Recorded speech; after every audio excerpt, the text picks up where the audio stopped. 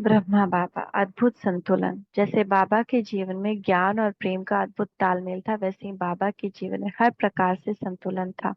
वे देही अभिमानी बनने पर तो पूरा जोर देते थे, यानी सोल कॉन्शियस, मैं आत्मा हूँ। ये पूरा पूरा अनुभव करना है, बार बार प्रैक्टिस पूरे दिन में, दूसरे को देखते हुए भी कि ये भी आत्मा है। परंतु देह के स्वास्थ्य और उनकी संभाल की अवहेलना करने को नहीं कहते थे। हाँ भाई, ये तो कहते थे बार बार शारीरिक अवस्था की चर्चा करके हमें अपने श्वास व्यर्थ नहीं गंवाने चाहिए, क्योंकि आज जबकि प्रकृति तमो प्रधान है और हमने अज्ञान काल में विकर्म भी किए, तो रोग और व्याधियां तो आएंगी ही। अतः उन्हीं में मन बुद्धि लगाए रखने से तो हम शिव बाबा की याद के लिए समय निकाल नहीं पाएंगे। अतः वे कहते, बच्चे दवा और दुआ दोनों से काम लो, और रोग की अवस्था में भी योग को न भूलो, वरना देह अभिमान का संस्कार पक्का होता जाएगा।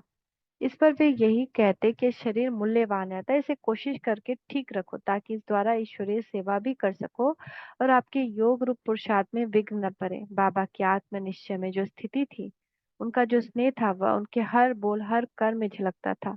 यहाँ तक कि बाबा ने शरीर छोड़ने के समय में का जो अनुभव व्यक्त अव्यक्त होने की बात सुनाया, उससे भी उनके जीवन की पराकाष्ठा स्पष्ट झलकती है। अब हम उनके उस अनुभव का तथा उनके स्नेह का उल्लेख करेंगे।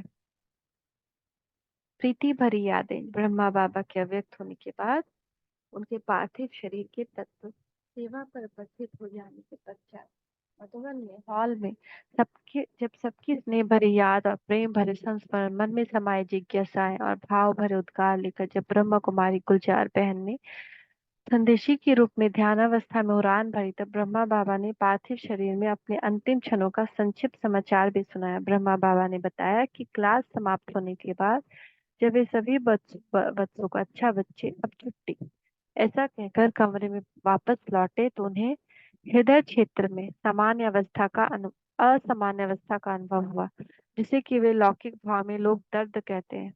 वे शैया के बाजू पर बैठे ही थे कि उसकी मात्रा तेजी से बढ़ती गई, यानी दर्द बढ़ता गया। कुछ क्षणों के लिए शरीर और आत्मा में संग्राम की सी अंतिम स्थिति थी, मानो कि कर्मों का रहा हुआ सा हिसाब किताब अब स्थायी रूप से विदा लेना चाहता था। दोनों में मल्ल युद्ध हो रहा था, परंतु फिर भी साक्षी स्थिति बने हुए थी। आत्मा पर देह अभिमान की परछाई नहीं पड़ी। आत्मा देह की अस्वस्थता को और हृदय में उत्पन्न होने वाली पीड़ा को अपने नियंत्रण में रखे हुए थी। कुछ ही क्षणों बाद ऐसा आभास हुआ कि चेतन आत्मा ने शरीर का एहसास छोड़ना शुरू किया, मानो पांव के पंजे से शुरू कर चेतनता बड़ी तीव्र गति से स्वयं को समेटते जा रहे थे और भ्रुकुटी की ओर लपक रहे थे। होते होते आत्मा, जो टूटता पंछी है, शरीर को छोड़ अव्यक्त धाम की वासी हुई। जिसे मक्खन से सहज ही बाल निकल जाता है, वैसी आत्मा देह रूपी कलेवर को छोड़ शिव बाबा के पास आ पहुंची। इस प्रकार देह की अंतिम परीक्षा जो इस दुनिया में हर एक को पार करनी होती है, वह भी पार हुई, और इस प्रकार कर्म बंधन तथा देह बंधन समाप्त हुआ। बाबा ने कहा, बच्चों, मैं आपसे कोई दूर नहीं हुआ। देखा, देह से अलग होकर भी बाबा सबसे बात कर रहे हैं। तो हम सभी ऐसे ही हैं, हम सभी अमर अजर अमर अविनाशी हैं। हम सभी मरते नहीं हैं, इमॉर्टल हैं। शरीर का जो ये वस्त्र है ना, बस ये चेंज हो जाता है, एक वस्त्र छोड़ा दूसरा लिया। बाबा ने कहा, बच्चों, मैं आपसे कोई दूर नहीं हुआ हूँ, बल्कि पहले शरीर के कारण जो आप सबसे मिलने की बाधा थी, है ना, जैसे कि तुम स्कूल जाओ या हम कहीं फंक्शन में कहीं जाए, तो उसका एक अलग ड्रेस होता है, वही पहन कर जाना है। ऐसे इस पृथ्वी पे आने के लिए हमको ये प्रकृति का ड्रेस पहनना होता है। इस पृथ्वी से निकलकर अगर हम सूक्ष्म लोग जाते हैं, तो वहाँ प्रकाश का ड्रेस होता है, नहीं, प्रकाश का शरीर। और परम धाम में ड्रेस की जरूरत नहीं होती है, वहां पे सब आत्मा रहती है। तो ये तीन सिचुएशन होती है ना। एक, सुख परम धाम में कोई ड्रेस नहीं है, कोई बॉडी नहीं। फिर उसके बाद सूक्ष्म वतन में प्रकाश का शरीर, प्रकाश का ड्रेस। और उसके बाद यहाँ पे, तो यहाँ पे क्या है, आ, प्रकृति का ड्रेस, पांच तत्वों से बना हुआ ड्रेस। अब समझो कि ड्रेस कोई फट गया है ना, तो उसको क्या करेगा। अगर तुम्हारा कोई फ्रॉक फट जाए, तो उसको या तो कोई सिल देगा, सिल सकता है। तो अगर बहुत ज्यादा फट गया है कि सिल ही नहीं सकता है, तो उसका पोछा बना देगा, या कहीं फेंक देगा, या मिट्टी में फेंक देगा, या डस्टबिन में फेंक देगा। है ना। तो किसी बात से क्यों डरे, कपड़ा फेंका हुआ है ना, कहीं पे कपड़ा का भंडार लगा हुआ है, मान लो कहीं एक जगह फिक्स कर दिया जाए कि चलो चारों तरफ पोल्यूशन नहीं फैलाना है, इस एक ही जगह पर आकर कपड़ा को फिक्स कर दो, फेंक दो, तो सब अपना अपना कपड़ा लाके वही फेंक देगा। तो किस तो ऐसे ही जब ये बॉडी है, तो ये बॉडी भी क्या होता है, कपड़ा है आत्मा का। अब ये कपड़ा इतना फट गया तो उसको भी तो कहीं फेंकेगा ना। तो कोई कोई कैसे फेंकता है, कोई कैसे फेंकता है, पूरा दुनिया में फेंक देगा तो चारों तरफ गंदगी नजर आएगा ना। इसलिए कि स्थान बनाकर फेंकता है। कपड़ा से क्यों डरना है, वो कपड़ा फेंक दिया है ना, तो शरीर आत्मा का, उससे क्या डरना। कहीं पे जाओ ढेर लगा हुआ है कपड़ा का, क्या फर्क पड़ता है, वो तो कपड़ा है, उससे क्या होगा, कुछ नहीं।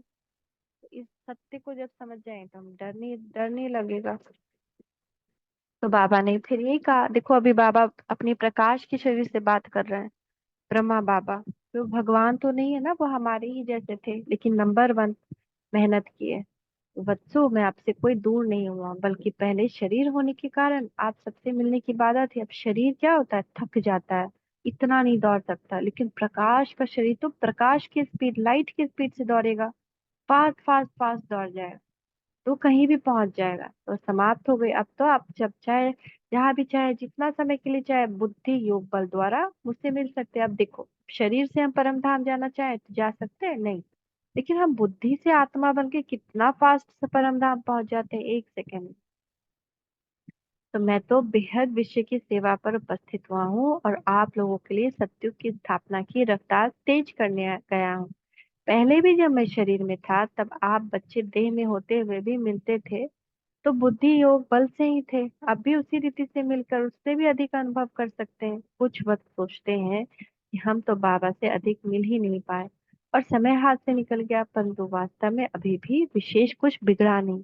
परंतु अब भी ध्यान न दिया, बुद्धि की लाइन क्लियर रखकर मिलन नहीं मनाया, तो यह समय भी हाथ से निकल जाएगा, फिर पछताने से कुछ नहीं होगा। अभी तो विश्व ड्रामा प्लान अनुसार आप बच्चों की अवस्था को अधिक सूक्ष्म बनाने के लिए बाबा सूक्ष्म लोक के वासी हुए। सूक्ष्म तो होना है ना, यह व्यक्ति बने रहना अधिक पसंद, तो हम सबको फरिश्ता बनना है, ये स्थूल शरीर छोड़कर प्रकाश के शरीर में आना है।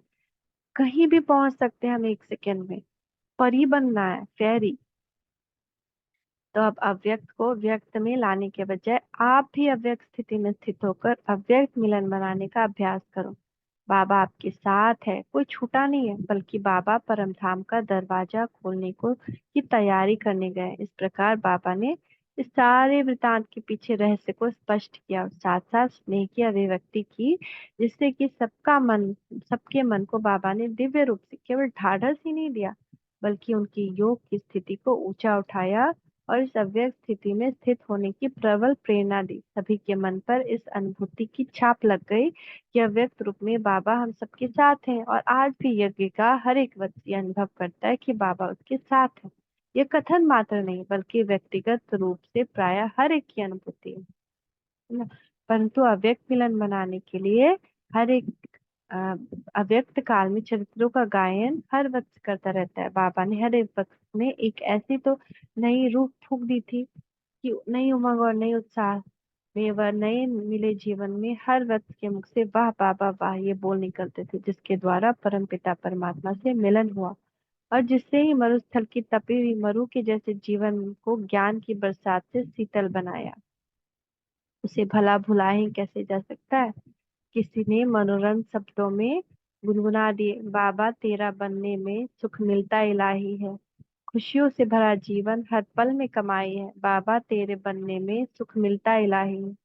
तेरी छत्र छाया में माया की धूप नहीं, जो तेरा बन जाए उसे कोई भी भूख नहीं, एक तेरे ही मिलने में सारी खुदाई है, बाबा तेरा बनने में सुख मिलता इलाही।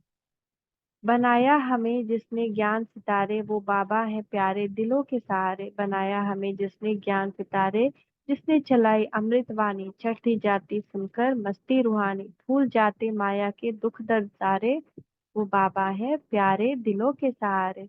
इस एक बाबा मिले मधुवन में, शिव बाबा मिले उनके तन में, दोनों बाबा मिले एक आंगन में, वो आंगन है मधुबन में। तो ऐसे ही बाबा ने सबके मन में बाबा की याद बनी हुई थी। भले ही बाबा ने कह दिया न बिसरो न याद रखो, परंतु बाबा के कर्तव्य इतने महान थे और बाबा ने हर एक आत्मा को ऐसा अतुल्य सुख में झूला झुलाया था कि बाबा की बात यादें भूले नहीं भुलाती थी। इसलिए एक वक्त में यह अपने अनुभव में सलाप में कह दिया, संगम युग में बाबा महिमा तुम्हारी गाऊं, तूने बनाया जीवन कैसे भुलाऊं।